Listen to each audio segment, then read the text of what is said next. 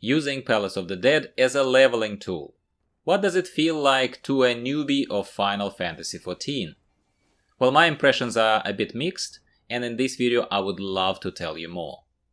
Hello and welcome back to the channel. I'm Gyro, I'm your host here.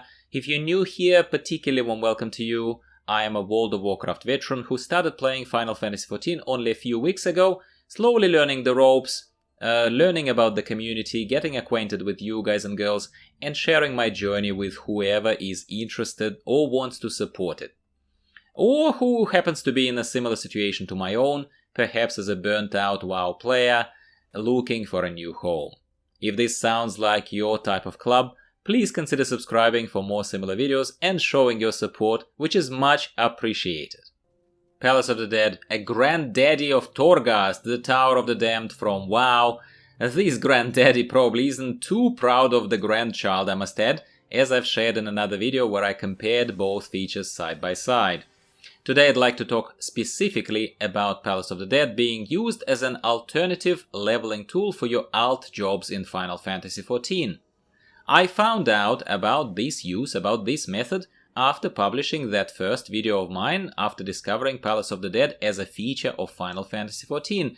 And thanks to my growing community here, you told me about what I was doing wrong in the first video, and that the players typically actually just level out jobs in Palace of the Dead. So I've decided to do that, to try it, and frankly I was getting a little bit bored of my white mage, simply because healing under these particular conditions of not being able to rely on, let's say, mouse over macros. It's just not enjoyable for me personally at all. And also I just wanted to get back to tanking as soon as I could, because that is my preferred role in World of Warcraft, has always been, and something that I wanted to get back into sooner rather than later in Final Fantasy XIV. So I've picked up a new job, Gladiator, and went to the NPC queuing for Palace of the Dead. And as advised, I didn't repeat the same mistake of going in solo, went with a match-made group. So from what I've seen so far, the queues pop up pretty quickly, but the timing still varies greatly depending on the time of the day when you're queuing. AKA, it's not like there is always someone queuing up, as we might have gotten used to in World of Warcraft. The same thing, by the way, applies to dungeon queues. For example, a particular main story questline, trial, or dungeon queuing for a full group at level 50 didn't work out for me that well last night, where I waited for over 15 minutes as a healer for the group to form for me, and it still didn't. So that's just a little side note and an FYI. So what do I think about the group experiences in Palace of the Dead compared to dungeons? They are okay, those experiences, not amazing though, as I was very impressed so far with dungeoning experience, regardless of the, I don't know, the level design of the dungeons and all that kind of stuff. We spoke about that already at length. But yeah, people are still Final Fantasy XIV people who are a lot more patient and a lot nicer than World of Warcraft players, that has to be acknowledged. But people are people, meaning that in some cases some people are quicker on their feet. They try to help their groups and move as a team. They save everyone the time. While in some other cases, other people, they just go off exploring distant rooms of the floor on their own, while the rest of the group is standing there in a teleportation circle ready to go to the next floor and waiting for their lonely explorer friend to return. I will be honest with you, I think that I am generally quite nice by nature, okay? But I also know that I have very limited amount of patience that I'm willing to spend on non-critical situations in my life, okay? So playing the game is spending valuable time of my life on something that by definition needs to be enjoyable. That is my general mantra. Yes, it's an online environment where playing with others, of course, I need to allow for some wait times, I get that, and people are not always at my pace, they sometimes are slower than me, whatever, I get that. So please, let's just drive straight past the point where somebody tries to give me a lecture. But somehow, in an environment different to a classic dungeon, in a condensed environment of Palace of the Dead with no rewards other than experience for the time investment, you know, it feels different. It feels different. It is not really a dungeoning experience. It's something very, very different. Overall, was it worth my time? Probably yes, I would say, so far at least. I've gotten about 2 levels per jump into Palace of the Dead on my baby gladiator, and the clearing between levels 1 and 10 of Palace of the Dead.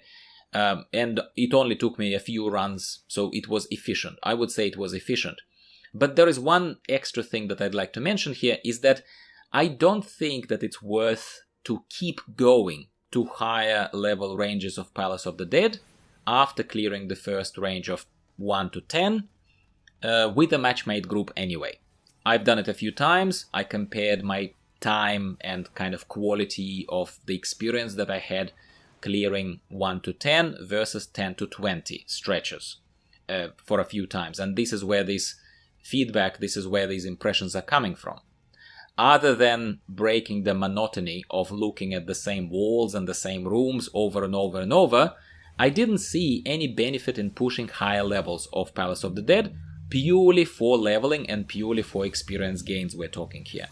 At least at this, once again, early alt job leveling stage, I'd say XP gains were comparable in both ranges of 1 to 10 and 10 to 20. So I found that resetting the progress and pushing through the same first 1 to 10, stretch of levels for experience gain was a much quicker and less stressful, less kind of patience testing experience for me than pushing through the range of 10 to 20 level range. Maybe I was just unlucky with one group and much more lucky with another group, I don't know, but the range of 1 to 10 always felt quicker for me. And ultimately, while we're just leveling alts, it's all about the efficiency for us, isn't it? It's not just about any other aspect of this game. I could also add here some of my impressions about the alt job itself, my baby gladiator, paladin in the making, but I think I will play it for a little bit longer to give it a bit more justice and have a separate early impressions video about that coming soon your way. What I also wanted to mention at this point is a little, you can treat it as a content preview if you like. So what I want to do fairly soon, hopefully, is to start producing class and job guides specifically for WoW migrants who want a class to be compared and explained in WoW terms and kind of compared to the closest that people would know from World of Warcraft.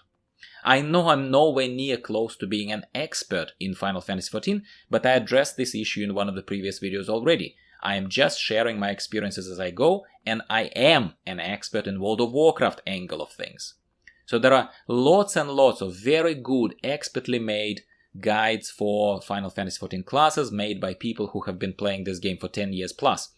But none of those guides that I've seen are doing exactly what I've just described to you. They are not directly comparing the Final Fantasy XIV job to a similar gameplay from World of Warcraft, to tell a person, here is how you adjust your expectations, mate. Here is how a paladin from Final Fantasy XIV different from World of Warcraft. Do you know what I'm saying? I have always tried and had this principle of creating videos that I would like to watch myself or at least listen to as an audio podcast style thing in the background. And these mini upcoming series are something that I would have loved for someone to produce for me, and I would have loved to watch myself. That's why I'm quite excited about this, and that's why I'm going to be doing that. That is now turned into a proper full-blown announcement of the upcoming content, not originally scripted, not originally planned. So if this is your cup of tea and you haven't subscribed yet, were on the fence a little bit, maybe now is the time to click that button. You can always unsubscribe later if you are not happy with what I produce. So these are my impressions about Palace of the Dead being used as a leveling tool, so far anyway.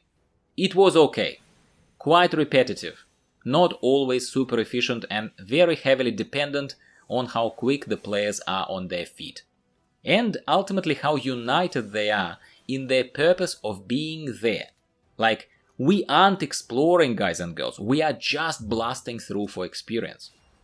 I don't think it is a healthy experience to engage in long term, however. Without breaks, I mean. As it definitely creates that rush feeling, that even I, as a very patience-starved new player of Final Fantasy XIV, I realize that it's not how this game is intended to be played.